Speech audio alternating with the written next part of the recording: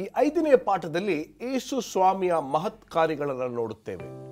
ಯೇಸು ಸ್ವಾಮಿಯು ಅನೇಕ ಮಹತ್ ಕಾರ್ಯಗಳನ್ನು ಗಲಿಲಾಯ ಸೀಮೆದ ಹತ್ತಿರ ಮಾಡಿದನು.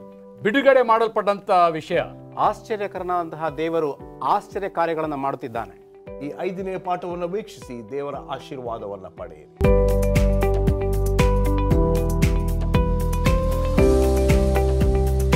ದೇವರ ಮಕ್ಕಳೇ ನಮಸ್ಕಾರ. ಯೇಸು ಕ್ರಿಸ್ತನ ಮಧುರ ನಾಮದಲ್ಲಿ ನಿಮ್ಮೆಲ್ಲರಿಗೂ ಸುಸ್ವಾಗತ. ಇವತ್ತು ಒಂದು ಅದ್ಭುತವಾಗಿರ್ತಕ್ಕಂಥ ಪಾಠವನ್ನ ಕಲಿಯಲಿಕ್ಕೆ ಹೋಗ್ತಾ ಇದ್ದೀವಿ. ಈ 5ನೇ ಪಾಠವನ್ನ ನಡೆಸಿಕೊಡಲು ಬಂದಿರತಕ್ಕಂಥ ಬೋಧಕರಾದ ಪ್ರಸನ್ನಕುಮಾರ್, ಬೋಧಕರಾಗಿರ್ತಕ್ಕಂಥ ರಾಜದಾಸ್ ಮತ್ತು ಬೋಧಕರಾಗಿರ್ತಕ್ಕಂಥ ಮುತ್ತು ಮ್ಯಾಥ್ಯೂ ಅವರನ್ನ ನಿಮ್ಮೆಲ್ಲರ ಪರವಾಗಿ ಸ್ವಾಗತವನ್ನ ಮಾಡಿಕೊಳ್ಳುತ್ತೇನೆ. ನಮಸ್ಕಾರ, ಹೇಗಿದ್ದೀರಾ ನೀವೆಲ್ಲರೂ? ತುಂಬ ಸಂತೋಷ ನೀವು ನಮ್ಮ ಕಾರ್ಯಕ್ರಮಕ್ಕೆ ಬಂದಿದ್ದು. ಈ 5ನೇ ಪಾಠಕ್ಕೆ ನಾವು ಬರೋಕ್ಕಿಂತ ಮುಂಚಿತವಾಗಿ ಮ್ಯಾಜಿಕ್ ಮತ್ತು ಅದ್ಭುತ ಕಾರ್ಯಗಳಿಗೆ ಏನು ವ್ಯತ್ಯಾಸ? ಮ್ಯಾಜಿಕ್ ಎಂಬತಕ್ಕಂಥದ್ದು ಇದು ಮನುಷ್ಯರನ್ನು ಮರಳು ಮಾಡ್ತಕ್ಕಂಥದ್ದು, ಆದರೆ ಅದ್ಭುತ ಕಾರ್ಯಗಳು ಮನುಷ್ಯರನ್ನು ಬದಲಾಯಿಸ್ತಕ್ಕಂಥದ್ದು. ಅಷ್ಟು ಮುತ್ತು, ನಿಮಗೆ ಮ್ಯಾಜಿಕ್ ಇಷ್ಟನಾ? ನೋಡಲು ಇಷ್ಟ, ಆದರೆ ಮಾಡ್ಲಿಕ್ಕೆ ಬರೋದಿಲ್ಲ. ಆದರೆ ದೇವರು ಮಾಡಿದಂತಹ ಅದ್ಭುತಗಳ ಮುಂದೆ ಇದೇನೂ ಇಲ್ಲ. ಯಾಕೆಂತಂದರೆ god can create anything without nothing. ಆದರೆ ಈ ಮ್ಯಾಜಿಕ್ ಮಾಡೋರು ಎಲ್ಲ ಅವ್ರ ಬಳಿಯಲ್ಲೇ ಇರುತ್ತೆ, ಆದರೆ ಏನೂ ಇಲ್ಲ ನಮ್ಮ ಬಳಿಯಲ್ಲಿ ಎಂಬುದಾಗಿ ಪ್ರದರ್ಶನ ಮಾಡ್ತಾರೆ ಅಷ್ಟೇ. ವಂಡರ್ಫುಲ್. ಸ್ಮರಣ ವಾಕ್ಯವನ್ನು ಓದಬೇಕು ಅಂತ ನಿಮ್ಮನ್ನು ಕೇಳ್ಕೊಳ್ತೇನೆ. ಮಾರ್ಕನು ಬರೆದ ಸುವಾರ್ತೆ 5ನೇ ಅಧ್ಯಾಯ 19ನೇ ವಚನ. ದೇವರ ವಾಕ್ಯ ಈ ರೀತಿ ಹೇಳ್ತಿದೆ, ಆದರೆ ಆತನು ಅವನನ್ನು ಇರಗೊಡದೆ ಅವನಿಗೆ, ನೀನು ನಿನ್ನ ಮನೆಗೂ ನಿನ್ನ ಜನರ ಬಳಿಗೂ ಹೋಗಿ ಸ್ವಾಮಿಯು ನಿನ್ನಲ್ಲಿ ಕನಿಕರ ಇಟ್ಟು ನಿನಗೆ ಎಂತೆಂಥ ಉಪಕಾರಗಳನ್ನು ಮಾಡಿದ್ದಾನೋ ಅದನ್ನು ಹೇಳು ಅಂದನು. ಪ್ರಶ್ನ, ಈ ಒಂದು ಶಿರೋನಾಮೆ ಒಂಥರ ವ್ಯತ್ಯಾಸವಾಗಿರ್ತಕ್ಕಂಥ ಶಿರೋನಾಮೆ. ಯಾಕೆ ಈ ಶಿರೋನಾಮೆ? ಯಾವ ಕಾರಣದಿಂದ ಲೇಖಕರು ಈ ಶಿರೋನಾಮೆಯನ್ನು ಆಯ್ಕೆ ಮಾಡಿರಬಹುದು?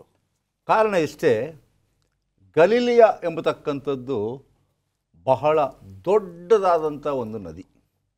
ಹೆಚ್ಚು ಕಡಿಮೆ 13 ಮೈಲಿಗಳಿತ್ತಂತೆ, 21 ಕಿಲೋಮೀಟರ್, ಮತ್ತು 8 ಮೈಲಿ ವಿಸ್ತಾರವಾಗಿತ್ತಂತೆ, 13 ಕಿಲೋಮೀಟರ್ ಇರ್ತಕ್ಕಂಥದ್ದು.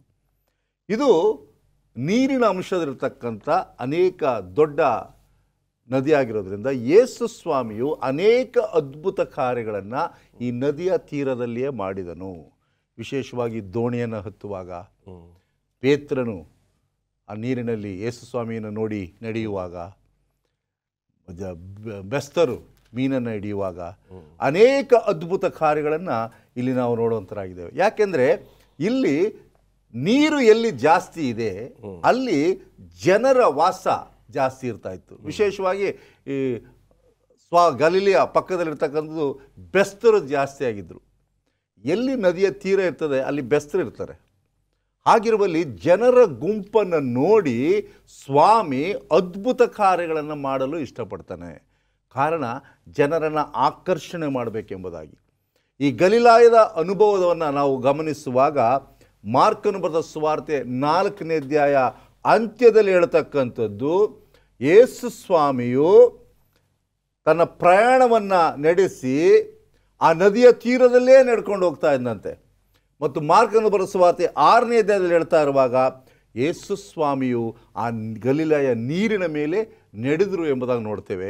ಆ ಯೇಸು ಸ್ವಾಮಿ ನಡೆಯುವುದನ್ನು ನೋಡಿ ಪೇತ್ರನು ಹೇಳ್ತಾನೆ, ನಾನು ಸಹ ನಡೆಯಬೇಕು ಸ್ವಾಮಿ ಎಂಬುದಾಗಿ. ಖಂಡಿತವಾಗಿಯೂ ಪೇತ್ರನು ನಡೆದು. ಇಲ್ಲಿ ಅನೇಕ ವೈವಿಧ್ಯಮಯವಾದಂಥ ಕಥೆಗಳನ್ನ ನಾವು ನೋಡುವಂಥರಾಗಿದ್ದೇವೆ. ಯೇಸು ಕ್ರಿಸ್ತನ ಸುವಾರ್ತೆಯ ಸೇವೆ ತನ್ನ ಶಿಷ್ಯರ ಜೊತೆಯಲ್ಲಿ ನೋಡುವಾಗ ಅಲ್ಲೇ ಪ್ರಾರಂಭವಾಯಿತು. ಯಾಕೆಂದರೆ ಪ್ರಪ್ರಥಮವಾಗಿ ಪೇತ್ರ ಮತ್ತು ಆಂದ್ರೇಯ, ಯಾಕೋಬ ಮತ್ತು ಯೋಹಾನ ಇವರೆಲ್ಲರೂ ಬೆಸ್ತರಾಗಿದ್ದರು, ಮೀನನ್ನು ಹಿಡಿತಕ್ಕಂಥವರು. ಅವರನ್ನು ಸ್ವಾಮಿ ಕರೀತಾನೆ, ಬನ್ನಿ ನಾನು ನಿಮ್ಮನ್ನು ಮನುಷ್ಯರನ್ನು ಹಿಡಿಯುವ ಬೆಸ್ತರನ್ನಾಗಿ ಮಾಡುತ್ತೇನೆ ಎಂಬುದಾಗಿ. ಯಾಕೆಂದರೆ ಬೆಸ್ತರನ್ನು ಆರಿಸಿಕೊಂಡಾಗ ಅವರು ಒಳ್ಳೆಯ ಸೇವಕರಾಗಬಹುದು ಎಂಬುದಾಗಿ ದೇವರು ಮೊದಲೇ ತೀರ್ಮಾನವನ್ನು ಮಾಡಿದನು. ಇನ್ನೊಂದು, ಬೆಸ್ತರು ಬಂದು ಅಷ್ಟು ಈಸಿಯಾಗಿ ನಿರಾಶೆಗೆ ಒಳಗಾಗಲ್ಲ. ಯಾಕೆಂದರೆ 15 ದಿನ 16 ದಿನ ಭೂಮಿನೇ ನೋಡದೆ ಹೋಗಿ ಮೀನನ್ನು ಹಿಡಿತಕ್ಕಂಥದ್ದು ಒಂದು ಕಷ್ಟಕರವಾಗಿರ್ತಕ್ಕಂಥ ವಿಷಯ. And there very tough people. ಅಷ್ಟು ಈಸಿಯಾಗಿ ಅನಾರೋಗ್ಯಕ್ಕೆ ಒಳಗಾಗೋದಿಲ್ಲ ಆ ರೀತಿಯಾಗಿ ಅದ್ಭುತವನ್ನು ಮಾಡ್ತಕ್ಕಂಥ. ಸೊ ಯೇಸು ಸ್ವಾಮಿ ಬೆಸ್ತರನ್ನು ಆಯ್ಕೆ ಮಾಡಿರ್ತಕ್ಕಂಥದ್ರಲ್ಲಿ ಯಾವುದೂ ಆಶ್ಚರ್ಯ ಇಲ್ಲ ಅಂತ ನನಗೆ ಅನಿಸುತ್ತೆ. ಓಕೆ, ಭಾನುವಾರದ ಪಾಠಕ್ಕೆ ನಾವು ಬರೋಣ. ಖಂಡಿತ. ಭಾನುವಾರ ಪಾಠದಲ್ಲಿ ಒಂದು ಒಳ್ಳೆಯ ಮಹತ್ ಕಾರ್ಯ. ಯೇಸು ಸ್ವಾಮಿಯು ಮಾರ್ಕ 4ನೇ ಅಧ್ಯಾಯ 35-41 ವಚನವನ್ನು ಗಮನಿಸುವಾಗ, ಸಾಯಂಕಾಲವಾದಾಗ ಆಚೆ ದಡಕ್ಕೆ ಹೋಗೋಣ ಎಂದು ಕರೆಯಲು ಜನರ ಗುಂಪು ಆತನನ್ನು ಬಿಟ್ಟು ಅದೇ ದೋಣಿಯಲ್ಲಿ ಹಾಗೆಯೇ ಕರೆದುಕೊಂಡು ಹೋದನು. ದೋಣಿಗಳು ಆತನ ಸಂಗಡ ಇದ್ದವು. ತರುವಾಯ ದೋಣಿಯಲ್ಲಿರುವಾಗ ಒಂದು ದೊಡ್ಡ ಬಿರುಗಾಳಿ ಬರುವಂಥದ್ದಾಗಿದೆ. ಆ ಬಿರುಗಾಳಿ ಹಿಂಬದಾಗಿ ಬಂದಿರುವಾಗ ಆ ದೋಣಿ ಹಿಂಭಾಗದಲ್ಲಿ ಯೇಸು ಕ್ರಿಸ್ತನು ಮಲಗಿದ್ನಂತೆ. ಶಿಷ್ಯರೆಲ್ಲರೂ ಇದ್ದಾರೆ, ದೋಣಿ ಹೋಗ್ತಾ ಇದೆ, ಆದರೆ ಬಿರುಗಾಳಿ ಬರ್ತಾ ಇದೆ, ಆದರೆ ಯೇಸು ಸ್ವಾಮಿ ಮಲ್ಕೊಂಡಿದ್ನು. ಶಿಷ್ಯರು ಬಂದು ಕೇಳ್ತಾರೆ, ಗುರುವೇ, ನಾವು ಮುಳುಗೋಗ್ತಾ ಇದ್ದೇವೆ, ಭಯದಿಂದ ನಾವು ಕಷ್ಟಪಡ್ತಾ ಇದ್ದೇವೆ, ನೀನು ಶಾಂತಿಯಾಗಿ ಮಲಗಿದ್ದೀಯಲ್ಲ ಎಂಬುದಾಗಿ ಹೇಳುವಾಗ ಯೇಸು ಕ್ರಿಸ್ತನು ಎದ್ದು ಒಂದೇ ಒಂದು ಮಾತಾಡ್ತಾನೆ. 39ನೇ ವಚನದಲ್ಲಿ ಓದಿ. ಆತನು ಎದ್ದು ಗಾಳಿಯನ್ನು ಗದರಿಸಿ ಸಮುದ್ರಕ್ಕೆ ಸುಮ್ಮನಿರು, ಅಬ್ಬರಿಸಬೇಡ ಎಂದು ಅಪ್ಪಣೆ ಕೊಟ್ಟನು. ಅದನ್ನು ಕೊಡುತ್ತಲೇ ಗಾಳಿ ನಿಂತು ಹೋಗಿ ಎಲ್ಲ ಶಾಂತವಾಯಿತು. ಒಂದು ಈಗಿನ ಕಾಲವನ್ನು ನಾವು ತೆಗೆದುಕೊಂಡಾಗ ಸುಮ್ಮನೆ ಇರುವಂಥ ನಮ್ಮ ಮಕ್ಕಳಿಗೆ ಹೇಳೋಕ್ಕಾಗಲ್ಲ, ನಮ್ಮ ಕೆಳಗೆ ಕೆಲಸ ಮಾಡ್ತಕ್ಕಂಥವ್ರಿಗೆ ಹೇಳೋಕ್ಕಾಗಲ್ಲ, ಸುಮ್ಮನೆ ಇರು ಅಂತ ಹೇಳ್ತಕ್ಕ. ಆದರೆ ಇಲ್ಲಿ ಜಗತ್ ರಕ್ಷಕನು ಬಿರುಗಾಳಿಯನ್ನು ನೋಡಿ ಸುಮ್ಮನೆ ಇರು ಅಂತ ಹೇಳ್ತಕ್ಕಂಥದ್ದು ಒಂದು ಅದ್ಭುತ ಅಲ್ವೇ? ಪ್ರಕೃತಿಯು ಸಹ ದೇವರ ಮಾತನ್ನು ಕೇಳ್ತದೆ. ಗಿಡ ಮರಗಳು ಸ್ವಾಮಿ ಹೇಳಿದಾಗೆ ಗಾಳಿನ ಬೀಸ್ತವೆ, ನಿಲ್ಲು ಅಂದರೆ ನಿಲ್ತವೆ. ಇದನ್ನು ನೋಡಿ ಅಲ್ಲಿರ್ತಕ್ಕಂಥ ಶಿಷ್ಯರಿಗೆ ಆಶ್ಚರ್ಯ ಆಗ್ತದೆ, ಎಂಥ ವ್ಯಕ್ತಿ ಆಗಿರ್ಬೋದು ಎಂಬುದಾಗಿ. ಯಾಕೆ ಭಯಪಡ್ತಾ ಇದ್ದೀರಾ? ಸ್ವಾಮಿ ಕೇಳ್ತಾರೆ, ನಾನು ನಿಮ್ಮ ಜೊತೆಲೇ ಇದ್ದೀನಲ್ಲ. ನೋಡಿ, ಯೇಸು ಸ್ವಾಮಿ ಇದ್ದಾನೆ ಎಂಬುದಾಗಿ ಸಹ ಅವ್ರು ಮರ್ತು ಬಿಟ್ಟಿದ್ರು. ಆ ಒಂದು ಅಧೈರ್ಯ ಅವರಲ್ಲಿ ಬಂತು ಎಂಬುದಾಗಿ ನಾವು ನೋಡ್ತೇವೆ. ಪ್ರಿಯರ, ಅನೇಕ ಸಾರಿ ನಾವು ಕ್ರಿಸ್ತನ ಅನುಭವವನ್ನು ನೋಡುವಾಗ ಅನೇಕ ಸಾರಿ ಮರ್ತು ಬಿಡ್ತೇವೆ ಯೇಸು ಸ್ವಾಮಿ ನಮ್ಮ ಜೊತೆಯಲ್ಲಿದ್ದಾನೆ, ಯೇಸು ಸ್ವಾಮಿಯ ಪ್ರಸನ್ನತೆ ನಮ್ಮ ಜೊತೆಯಲ್ಲಿದೆ, ನಾನು ನಿಮ್ಮೊಂದಿಗಿದ್ದೇನೆ, ನಿಮ್ಮನ್ನು ನಡೆಸಿಕೊಂಡು ಹೋಗ್ತೇನೆ, ನಿಮ್ಮ ಬಲಗೈ ಆಗಿದ್ದೇನೆ, ನಿಮಗೆ ಧೈರ್ಯ ತುಂಬುತ್ತೇನೆ ಎಂಬುದಾಗಿ ಎಷ್ಟೇ ಸಾರಿ ಹೇಳಿದ್ದಾಗಿಯೂ ಸಹ ಸ್ವಾಮಿಯ ಮಾತನ್ನು ಕೇಳೋದಿಲ್ಲ. ಅಲ್ಲೇ ಮಲಗಿದ್ದಾನೆ ಅಂತ ಮರ್ತು ಬಿಡ್ತೀವಿ ನಾವು. ಖಂಡಿತವಾಗಿ. ಒಂದು ಸಣ್ಣ ವಿರಾಮಕ್ಕೆ ಸಮಯ ಆಗಿದೆ. ಒಂದು ಸಣ್ಣ ವಿರಾಮ.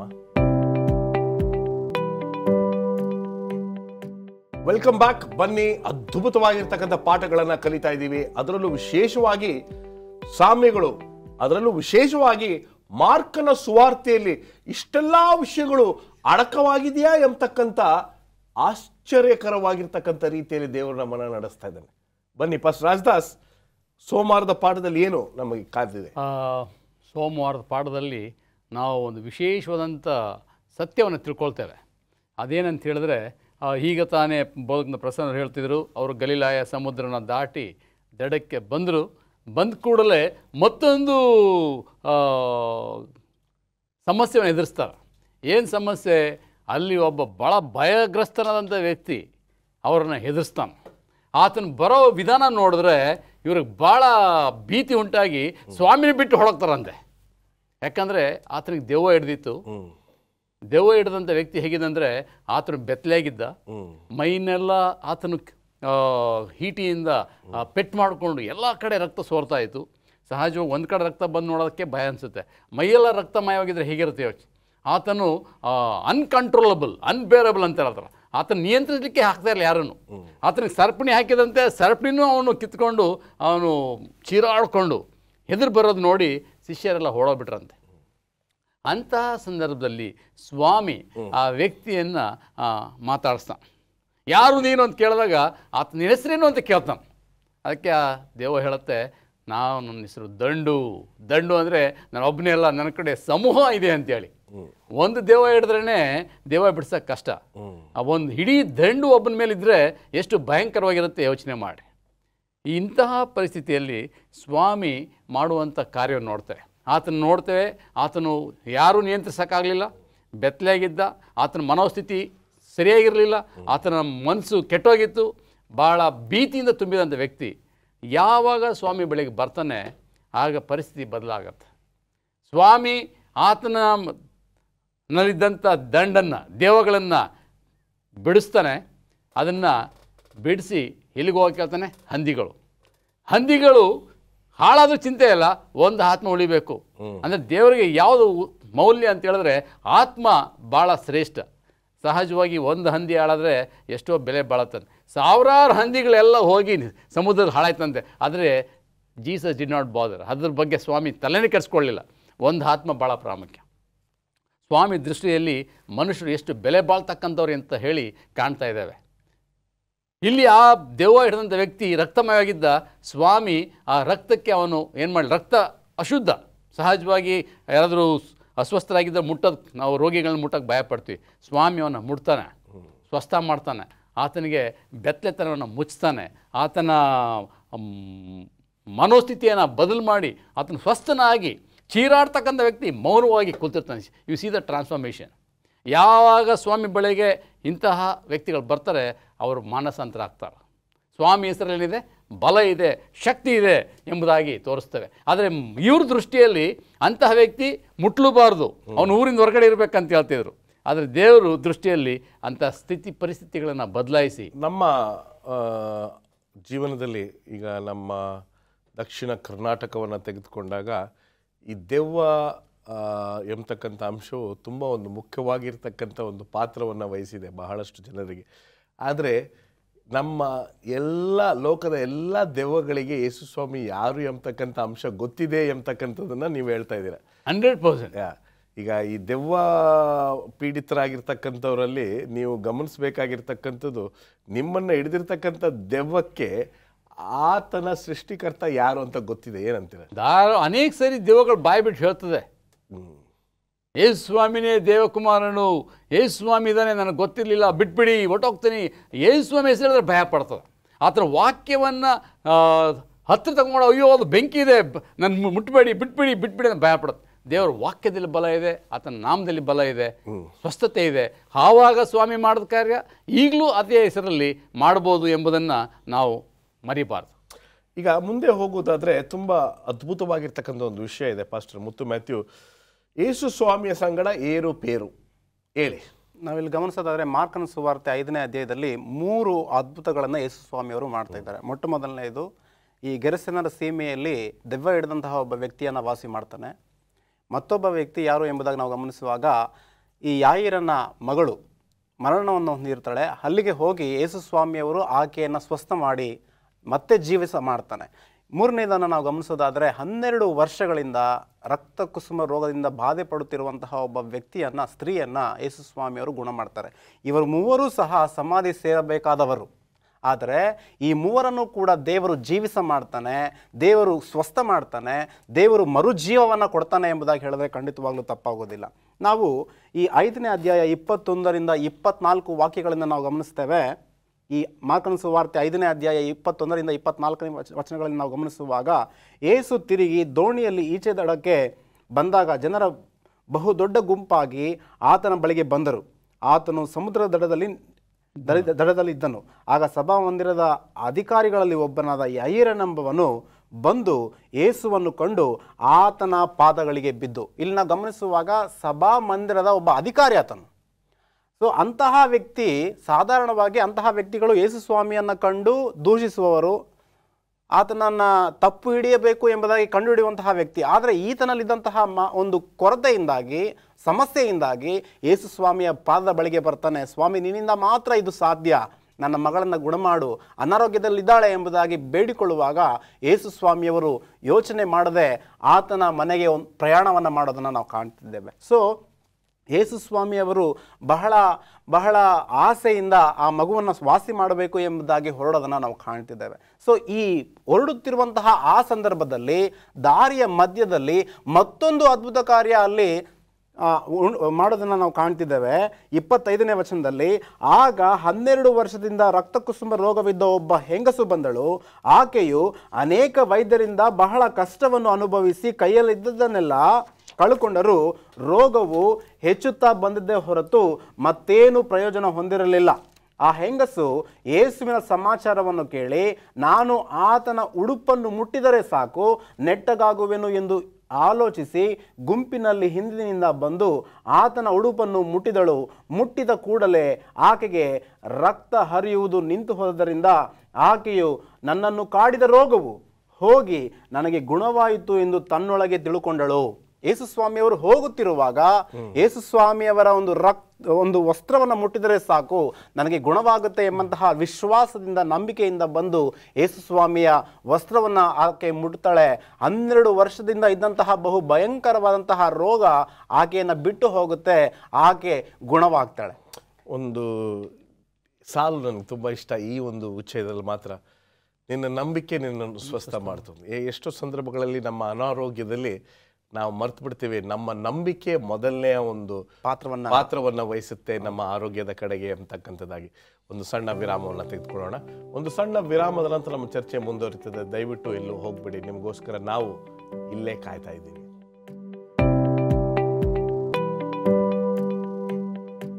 Welcome back. ಬನ್ನಿ ನಮ್ಮ ಚರ್ಚೆಯನ್ನು ಮುಂದುವರಿಸ್ಕೊಂಡು ಹೋಗೋಣ.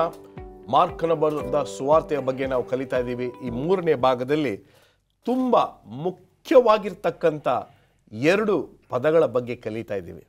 ಈ ಪದಗಳು ಕಂಡ್ರೆ ನಮಗೂ ಸ್ವಲ್ಪ ಭಯ ಇದೆ. ಬುಧವಾರದ ಪಾಠದಲ್ಲಿ ಏನಿದೆ ಪಾಸ್ಟರ್ ರಾಜದಾಸ್? ಈ ಬುಧವಾರದ ಪಾಠದಲ್ಲಿ ತಿರಸ್ಕಾರ ಮತ್ತು ಸ್ವೀಕಾರ, ರಿಜೆಕ್ಷನ್ ಆ್ಯಂಡ್ ರಿಸೆಪ್ಷನ್ ಅಂತ ಹೇಳ್ತಾರೆ. ಈ ಯೇಸು ಸ್ವಾಮಿ ಎಲ್ಲ ಕಡೆ ಹೋಗಿ ಸುವಾರ್ತೆ ಸಾರ್ಥ ಅದ್ಭುತಗಳನ್ನು ಮಾಡ್ತಾಯಿದ್ದ, ಮಹತ್ ಕಾರ್ಯಗಳನ್ನು ಮಾಡ್ತಾಯಿದ್ರು. ಅನೇಕರು ರೋಗಗಳು ಸ್ವಸ್ಥ ಆಗ್ತಾಯಿತ್ತು, ದೆವ್ವಗಳು ಬಿಟ್ಟು ಹೋಗ್ತಾಯಿತ್ತು. ಆದರೆ ಆತನು ವಿಪರ್ಯಾಸವಾದ ಪರಿಸ್ಥಿತಿ ಏನಂತ ಹೇಳಿದ್ರೆ, ತನ್ನ ಸ್ವಂತ ಊರಿಗೆ ಬಂದು ಅಲ್ಲಿ ಪ್ರಸಂಗ ಮಾಡುವಾಗ ಜನಗಳಿಗೆಲ್ಲ ಆಶ್ಚರ್ಯ ಆಯಿತು. ಅರೆ, ಈತನ ನೋಡಿದ್ರೆ ಇವನು ಯೋಸೆಫನ ಮಗನಲ್ವಾ, ಇವರಪ್ಪ ಬಡಗಿ, ನಮಗೆ ಚೆನ್ನಾಗಿ ಗೊತ್ತು, ಇವನು ಹೆಂಗೆ ಇಷ್ಟು ಪ್ರಸಂಗ ಮಾಡ್ತಾನೆ, ಇಷ್ಟು ಅದ್ಭುತವಾಗಿ ಕಾರ್ಯ ಮಾಡ್ತಾನಲ್ಲ ಅಂತೇಳಿ ಆತನ ಸ್ವೀಕಾರ ಮಾಡಲಿಲ್ಲ, ತಿರಸ್ಕಾರ ಮಾಡೋದು. ಅದನ್ನು ಓದ್ತೇವೆ, ಮಾರ್ಕನ ಬರೆದ ಸುವಾರ್ತೆ 6ನೇ ಅಧ್ಯಾಯ ಓದ್ತೇವೆ. ಆತ ಅಲ್ಲಿಂದ ಹೊರಟು ತನ್ನ ಊರಿಗೆ ಬಂದನು. ಶಿಷ್ಯರು ಆತನ ಹಿಂದೆಯೇ ಬಂದರು. ಸಬ್ಬತ್ ದಿನ ಬಂದಾಗ ಆತನ ಸಭಾಮಂದಿರಕ್ಕೆ ಹೋಗಿ ಉಪದೇಶ ಮಾಡುವುದಕ್ಕೆ ಪ್ರಾರಂಭಿಸಿದನು. ಎಲ್ಲರೂ ಕೇಳಿ ಆಶ್ಚರ್ಯಪಟ್ಟರು. ಇವನಿಗೆ ಈ ಮಾತುಗಳು ಎಲ್ಲಿಂದ ಬಂದಿದ್ದಾವು? ಇವನು ಪಡೆದಿರುವ ಈ ಜ್ಞಾನವೇನು? ಇವನ ಕೈಯಿಂದ ಇಂಥ ಮಹತ್ ಕಾರ್ಯಗಳಾಗುವುದೇನು? ಇವನು ಆ ಬಡಗಿಯಲ್ಲವೇ? ಇವನು ಮರಿಯಳ ಮಗನಲ್ಲವೇ? ಯಾಕೋಬ, ಯೋಸೆ, ಯೂದ, ಸಿಮಿಯೋನ್ ಇವರ ಅಣ್ಣನಲ್ಲವೇ? ಇವನ ತಂಗಿಯರು ಇಲ್ಲಿ ನಮ್ಮಲ್ಲಿದ್ದಾರಲ್ಲವೇ ಎಂದು ಮಾತಾಡಿಕೊಂಡು ಆತನ ವಿಷಯವಾಗಿ ಬೇಸರಗೊಂಡರು. ಅದಕ್ಕೆ ಸ್ವಾಮಿ ಹೇಳ್ತಾನೆ, the profit is not honoured in is own home town ಅಂತ. ಆ ಪ್ರವಾದಿಯು ತನ್ನ ಸ್ವಂತ ಊರಲ್ಲಿ ಗಣನೆಗೆ ಬರಲ್ವಂತೆ, ಎಲ್ಲ ತಿರಸ್ಕಾರ ಮಾಡೋದು. ಸಹಜವಾಗಿ ನಮ್ಮ ಸ್ವಂತ ಊರುಗಳಲ್ಲಿ ನಾವು ಹೋಗಿ ಬೋಧಕರಂದರೆ ನಮಗೆ ಗೊತ್ತಿಲ್ವಾ ಅಂತ ಹೇಳ್ಬಿಡ್ತಾರೆ. ಆದರೆ ಅದೇ ವ್ಯಕ್ತಿಗಳು ಬೇರೆ ಊರಲ್ಲಿ ಹೋದಾಗ ಭಾಳ ಸನ್ಮಾನ ಮಾಡ್ತಾರೆ. ಇದು ಸತ್ಯ. ಇದು ಈ ಸನ್ಮಾನಕ್ಕೆ ನಾನು ಕೇರಳಕ್ಕೆ ಹೋಗ್ತೀನಿ, ತಮಿಳ್ನಾಡಿಗೆ ಹೋಗ್ತೀನಿ ಹೇಳಿ. ನಮ್ಮ ಊರುಗಳಿಗೆ ಹೋದಾಗ ನಮ್ಮನ್ನು ತಾತ್ಸಾರವಾಗಿ ಕಾಣ್ತಾರೆ, ಲಘುವಾಗಿ ಕಾಣ್ತಾರೆ. ಇದು ದೇವಕುಮಾರನಿಗೆ ಆದಾಗ, ನಮಗೆ ಆದಾಗ ನಾವು ಏನು ಮಾಡಬಾರ್ದು? ನಿರಾಶೆ ಆಗಬಾರ್ದು. ನಮ್ಮ ಸ್ವಾಮಿಗೆ ಆಗಿದೆ ಬಿಡು ಅಂತೇಳಿ ನಾವು ಅದನ್ನು ತೆಗೆದುಕೊಂಡು ನಿರಾಶೆ ಆಗದೆ ನಾವು ಮುಂದೆ ಹೋದಾಗ ಆ ವಾಕ್ಯವನ್ನು ಕೇಳಲಿಕ್ಕೆ ಬೇರೆಯವರು ಸ್ವೀಕಾರ ಮಾಡಲಿಕ್ಕೆ ಸಿದ್ಧವಾಗಿರ್ತಾರೆ. ಇಲ್ಲಿ ಸ್ವಾಮಿನ ಅಂಗೀಕರಿಸಲಿಲ್ಲ, ಆದರೆ ಬೇರೆ ಕಡೆ ಹೋದಾಗ ಜನ ಅವ್ರನ್ನ ಸ್ವೀಕಾರ ಮಾಡಿದ್ರು, ಸ್ವಾಮಿಗೆ ಸನ್ಮಾನ ಮಾಡಿದ್ರು, ಅವ್ರಿಗೆ ಅವ್ರ ಅಂಗಿಗಳನ್ನೇ ಬಿಚ್ಚಿ ಆತನ ನಡೆಯುವಾಗ ಏನು ಮಾಡಿದ್ರು? ಹಾದಿಗೆ ಹಾಕಿದ್ರು. ಆ ಗರಿಗಳನ್ನು ತೆಗೆದುಕೊಂಡು ಸ್ವಾಮಿಗೆ ಸ್ತೋತ್ರ ಮಾಡಿದ್ರು, ಆರಾಧನೆ ಮಾಡಿದ್ರು. ಇದು ಆ ಒಂದು ಪರಿಸ್ಥಿತಿಯನ್ನು ಕಾಣ್ತೇವೆ, ಸ್ವೀಕಾರ ಮಾಡಿದ್ರು. ಆದರೆ ಮುಂದೆ ಓದ್ತೇವೆ, ಅದೇ ಅಧ್ಯಾಯ 6ನೇ ಅಧ್ಯಾಯ 7ನೇ ವಚನದಿಂದ ಓದುವಾಗ ಸ್ವಾಮಿ ದೆವ್ವಗಳನ್ನು ಬಿಡಿಸಿದಾಗ ಅನೇಕರು ಅಂಗೀಕರಿಸ್ಕೊಂಡ್ರಂತೆ. ಇವ್ರು ನಿಜವಾಗ್ಲೂ ದೇವಕುಮಾರ್, ಎಲ್ಲರೂ ಬಿಡಿಸೋಕ್ಕಾಗಲ್ಲ, ಇವ್ರು ಹೆಂಗೆ ಮಾಡ್ತಾರೆ ಅಂತೇಳಿ ಅನೇಕರು ಅಂಗೀಕರಿಸ್ಕೊಂಡ್ರು. ಸ್ವೀಕಾರ ಮಾಡೋದು, ಸತ್ಯವನ್ನು ಸ್ವೀಕಾರ ಮಾಡೋದು, ಸುವಾರ್ತೆ ಸ್ವೀಕಾರ ಮಾಡೋದು, ದೇವ್ರ ರಾಜ್ಯವನ್ನು ಅಂಗೀಕರಿಸ್ಕೊಂಡ್ರು ಅಂತ ದೇವ್ರ ವಾಕ್ಯ ಹೇಳುತ್ತೆ. ಮುಂದೆ ಓದುವಾಗ ಅಲ್ಲಿ ಏನಾಗುತ್ತೆ ಅಂದರೆ, ಒಂದು ಭಾಳ ದುಃಖಕರವಾದ ಘಟನೆ ನಡೀತದೆ. ಸ್ನಾನಿಕನಾದಂಥ ಯೋಹಾನ, ಆತನು ದೇವರ ವಾಕ್ಯವನ್ನು ನೇರವಾಗಿ ಹೇಳ್ದ. ಯಾರಿಗೆ? ಹೆರೋದನಿಗೆ ಹೇಳ್ದ, ನೀನು ಮಾಡ್ತಕ್ಕಂಥ ತಪ್ಪಪ್ಪ, ನೀನು ನಿಮ್ಮ ಅಣ್ಣನ ಹೆಂಡ್ತಿನ ಇಟ್ಕೊಂಡಿದ್ಯಾ, ಇದು ವ್ಯಭಿಚಾರ ಆಗುತ್ತೆ ಅಂತ ಹೇಳಿದಾಗ ಆತನಿಗೆ ಭಯ ಆಗಿತ್ತು. ಆತನನ್ನು ತೆಗೆದು ಸೆರೆಮನೆಲಿಟ್ರೂ ಆತನ ಸಂಹಾರ ಮಾಡೋಕ್ಕೆ ಇಷ್ಟ ಇರಲಿಲ್ಲ. ಯಾಕಂದರೆ ಅವನು ಅಂಗೀಕರಿಸ್ಕೊಂಡ, ಇವನು ಯಾರ ಮಗ, ಇವನು ದೇವರ ಸೇವಕ, ಇವನಲ್ಲಿ ಸತ್ಯ ಇದೆ, ಇವನು ಹೇಳೋದು ನಿಜನೇ ಅಂತೇಳಿ ಅವನು ಗೊಡವೆಗೆ ಹೋಗಿರಲಿಲ್ಲ. ಆ ರಾಜನೂ ಸಹ, ಹೆರೋದನೂ ಸಹ ಆ ಸತ್ಯವನ್ನು ಅಂಗೀಕರಿಸ್ಕೊಂಡಿದ್ದ. ನಾವು ನೇರವಾಗಿ ಹೇಳಿದಾಗ ಕೆಲವರು ಜನ ನಮ್ಮನ್ನು ತಿರಸ್ಕಾರ ಮಾಡ್ತಾರೆ ಅಂತೇಳಿ ನಾವು ನಿರಾಶೆ ಆಗಬಾರ್ದು. ನಮ್ಮನ್ನು ತಿರಸ್ಕಾರ ಮಾಡಿದವರು ಅಂಗೀಕರಿಸೋರು ಇರ್ತಾರೆ, ಎರಡೂ ಇರ್ತಾರೆ. Reception and rejection. ಸುವಾರ್ತೆಯಲ್ಲಿ ಎರಡು ಥರವಾದಂಥ ಅನುಭವ ಆಗುತ್ತೆ. ತಿರಸ್ಕಾರ ಆದಾಗ, ನಾವು ನಿರಾಶೆ ಆದಾಗ ನಾವು ಸೈತಾನ ನಮ್ಮನ್ನು ಬೆಳೆಸ್ತಾನೆ. ಅದು ನಾವು ನಿರಾಶೆ ಆಗದೆ ನಾವು ನಿರೀಕ್ಷೆ ಇಟ್ಕೊಂಡು ಮುಂದೆ ಹೋಗಿ ಸಾರಿದಾಗ ಅನೇಕರು ಅದನ್ನು ಅಂಗೀಕರಿಸ್ಕೊಂಡು ರಕ್ಷಣೆ ಆಗ್ತಾರೆ. ವಂಡರ್ಫುಲ್. ಈ ಗುರುವಾರದ ಪಾಠಕ್ಕೆ ನಾವು ಬರುವುದಾದರೆ ಒಂದು ವ್ಯತ್ಯಾಸವಾಗಿರ್ತಕ್ಕಂಥ ಮೆಸ್ಸಿ ಏನು ಹೇಳಿ. ಈ ಭಾಗದಲ್ಲಿ ಯೇಸು ಸ್ವಾಮಿಯವರು ಮಾಡಿದಂತಹ ಮತ್ತೊಂದು ಅದ್ಭುತ ಕಾರ್ಯವನ್ನು, ಇಲ್ಲವೇ 2 ಅದ್ಭುತ ಕಾರ್ಯಗಳನ್ನು ನಾವು ನೋಡಲಿಕ್ಕೆ ಹೋಗ್ತಿದ್ದೇವೆ. ಇಲ್ಲಿ ಮಾರ್ಕನ ಸುವಾರ್ತೆ 6ನೇ ಅಧ್ಯಾಯ 34ರಿಂದ 52 ವಚನಗಳಲ್ಲಿ ನಾವು ನೋಡ್ತೇವೆ, ಯೇಸು ಸ್ವಾಮಿಯವರು ತನ್ನ ಶಿಷ್ಯರಿಗೆ ಬೋಧನೆ ಹೇಳ್ತಾರೆ, ನೀವು ದಣಿವಾರಿಸ್ಕೊಳ್ರಿ ಎಂಬುದಾಗಿ. ಅವರು ದಣಿವಾರಿಸ್ಕೊಳ್ತಿರುವಾಗ ದೊಡ್ಡ ಜನಸಮೂಹ 5,000 ಜನ ಬರ್ತಾರೆ ಒಟ್ಟು ಕೂಡಿ. ಯೇಸು ಸ್ವಾಮಿಯವರು ಅವರೆಲ್ಲರನ್ನೂ ಕೂಡ ಕಂಡು, ಕುರುಬನಿಲ್ಲದಂತಹ ಕುರಿಗಳಾಗಿದ್ದಾರೆ ಇವರೆಲ್ಲರೂ ಎಂಬುದಾಗಿ ಬಹಳ ವ್ಯಥೆಪಟ್ಟು ಅವರಿಗೆ ಬೋಧನೆಯನ್ನು ಮಾಡುತ್ತಿರುವಾಗ ಅಪೊಸ್ತಲರು ಬಂದು ಹೇಳ್ತಾರೆ, ಶಿಷ್ಯರು ಬಂದು ಹೇಳ್ತಾರೆ, ಸ್ವಾಮಿ ನೀನು ಇಷ್ಟೊತ್ತು ಪ್ರಸಂಗ ಮಾಡಿದ್ದಿ ಸಾಕಪ್ಪ, ಇವ್ರನ್ನ ದಯಮಾಡಿ ಹೋಗಿ ಹತ್ರದಲ್ಲೆಲ್ಲಾದರೂ ಅವರಿಗೆ ಇಡ್ಲಿ ಸಾಂಬಾರು ಏನೋ ಸಿಗುತ್ತೇನೋ ದಯಮಾಡಿ ನೋಡ್ಲಿಕ್ಕೆ ಹೇಳು. ಅವರಿಗೆ ಊಟ ಕೊಡಬೇಕಂತಂದರೆ ಸಾಧಾರಣವಾದಂತಹ ವ್ಯಕ್ತಿಗಳಲ್ಲ, 50,000 ಜನರಿದ್ದಾರೆ, ಇಷ್ಟು ದೊಡ್ಡ ಸಮೂಹಕ್ಕೆ ನಾವು ಆಹಾರ ಬಡಿಸ್ಲಿಕ್ಕೆ ಸಾಧ್ಯವಿಲ್ಲಪ್ಪ, ಅವ್ರನ್ನ ಕಳಿಸು ಎಂಬುದಾಗಿ ಹೇಳುವಾಗ, ಇಲ್ಲ ನೀವೇ ಅವರಿಗೆ ಆಹಾರವನ್ನು ಕೊಡಬೇಕು ಎಂಬುದಾಗಿ ಯೇಸು ಸ್ವಾಮಿಯವರು ಹೇಳ್ತಾರೆ. ಸ್ವಾಮಿ ನಮ್ಮಲ್ಲಿ ಏನೂ ಇಲ್ಲಪ್ಪ, ಏನಿದೆ ಎಂಬುದಾಗಿ ಹೇಳುವಾಗ, 5 ರೊಟ್ಟಿ 2 ಮೀನು ನಮ್ಮಲ್ಲುಂಟು, ತೆಗೆದುಕೊಂಡು ಬನ್ನಿರಿ ಎಂಬುದಾಗಿ ಯೇಸು ಸ್ವಾಮಿಯವರು ಆ 5 ರೊಟ್ಟಿ 2 ಮೀನುಗಳನ್ನು ತೆಗೆದುಕೊಂಡು ಏನು ಮಾಡ್ತಾನಪ್ಪ ಅಂತಂದರೆ, 5,000 ಜನರು ಎಲ್ಲರೂ ಕೂಡ ಉಂಡು ತಿಂದು ಇನ್ನೂ 12 ಬುಟ್ಟಿಗಳಷ್ಟು ಮಿಕ್ಕುವ ಹಾಗೆ ದೇವರು ಏನು ಮಾಡ್ತಾನಪ್ಪ ಅಂತಂದರೆ ಒಂದು ದೊಡ್ಡ ಅದ್ಭುತ ಕಾರ್ಯವನ್ನು ಮಾಡ್ತಾನೆ.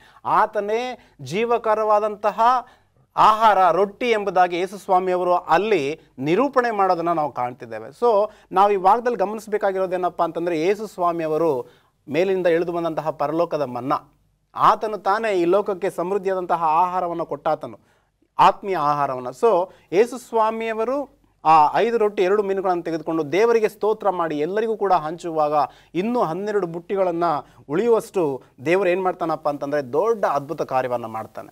ಅಷ್ಟೇ ಅಲ್ಲ, 2ನೇ ಅದ್ಭುತ ಕಾರ್ಯವನ್ನು ನಾವು ನೋಡ್ತೇವೆ. 10ನೇ ಅಧ್ಯಾಯ 45ನೇ ವಚನದಲ್ಲಿ ನಾವು ಗಮನಿಸೋದಾದರೆ, ಮಾರ್ಕನ ಸುವಾರ್ತೆ 10ನೇ ಅಧ್ಯಾಯ 45ನೇ ವಚನವನ್ನು ನಾವು ಗಮನಿಸೋದಾದರೆ, ಮನುಷ್ಯಕುಮಾರನು ಸಹ ಸೇವೆ ಮಾಡಿಸಿಕೊಳ್ಳುವುದಕ್ಕೆ ಬರಲಿಲ್ಲ, ಸೇವೆ ಮಾಡುವುದಕ್ಕೂ ಅನೇಕರನ್ನು ಬಿಡಿಸಿಕೊಳ್ಳುವುದಕ್ಕಾಗಿ ತನ್ನ ಪ್ರಾಣವನ್ನು ಈಡುಕೊಡುವುದಕ್ಕೂ ಬಂದನು ಎಂದು ಹೇಳಿದನು. ನಾವು ಈ ಭಾಗದಲ್ಲಿ ನಾವು ನೋಡ್ತೇವೆ ಯೇಸು ಸ್ವಾಮಿಯವರು ಸಮುದ್ರವನ್ನು ಗಾಳಿಯನ್ನು ಗದರಿಸಿದಾಗ ಎಲ್ಲವೂ ಕೂಡ ಸೈಲೆಂಟ್ ಆಗಿಬಿಡುತ್ತೆ, ಸುಮ್ಮನಾಗುತ್ತೆ.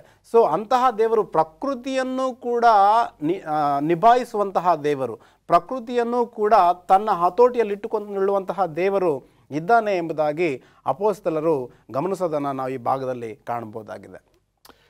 ಅದ್ಭುತವಾಗಿರ್ತಕ್ಕಂಥ ವಿಷಯಗಳನ್ನು ಮಾರ್ಕನ ಬರೆದ ಸುವಾರ್ತೆಯಲ್ಲಿ ನಾವು ಕಲಿತಾ ಇದ್ದೀವಿ. ಅದರಲ್ಲೂ ವಿಶೇಷವಾಗಿ ಈ ಒಂದು ಘಟನೆಯಲ್ಲಿ ನನಗೆ ತುಂಬ ಇಷ್ಟವಾಗಿರ್ತಕ್ಕಂಥದ್ದು ಏನು ಅಂದರೆ, ಮಕ್ಕಳಿಗೆ ನಾವು ಚಾರಿಟಿಯನ್ನು ಹೇಳ್ಕೊಡೋದಿಲ್ಲ. ಪ್ರೀತಿ ಸ್ವರೂಪನಾಗಿರು, ನೀವು ಬೇರೆಯವ್ರ ಜೊತೆ ಚೆನ್ನಾಗಿ ಭಾಗವಹಿಸೋ, ಅವ್ರ ಜೊತೆ ಸಹಾಯ ಮಾಡೋ ಅಂತ ಹೇಳ್ತೀವಿ. ಆದರೆ ಎಲ್ಲೋ ಒಂದು ಕಡೆ ಈ ಚಾರಿಟಿ ವಿಚಾರ ನಾವು ಮಕ್ಕಳಿಗೆ ಹೇಳ್ಕೊಡೋದಿಲ್ಲ. Very rarely we teach children to go give it for poor people ಅಂತ.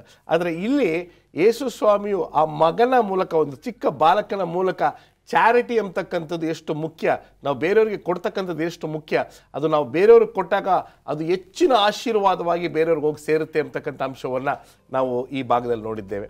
ದೇವರು ತಮ್ಮ ಈ ಪಾಠವನ್ನು ಆಶೀರ್ವದಿಸಲಿ. ಈ ಕಾರ್ಯಕ್ರಮವನ್ನು ನೋಡಿದಂಥ ಎಲ್ಲರೂ ಕೂಡ ಇದನ್ನು ಗ್ರಹಿಸಿಕೊಂಡು ಅವರ ಜೀವನದಲ್ಲಿ ಅಳವಡಿಸಲಿ ಅಂತಕ್ಕಂಥದ್ದು ನನ್ನ ಪ್ರಾರ್ಥನೆ.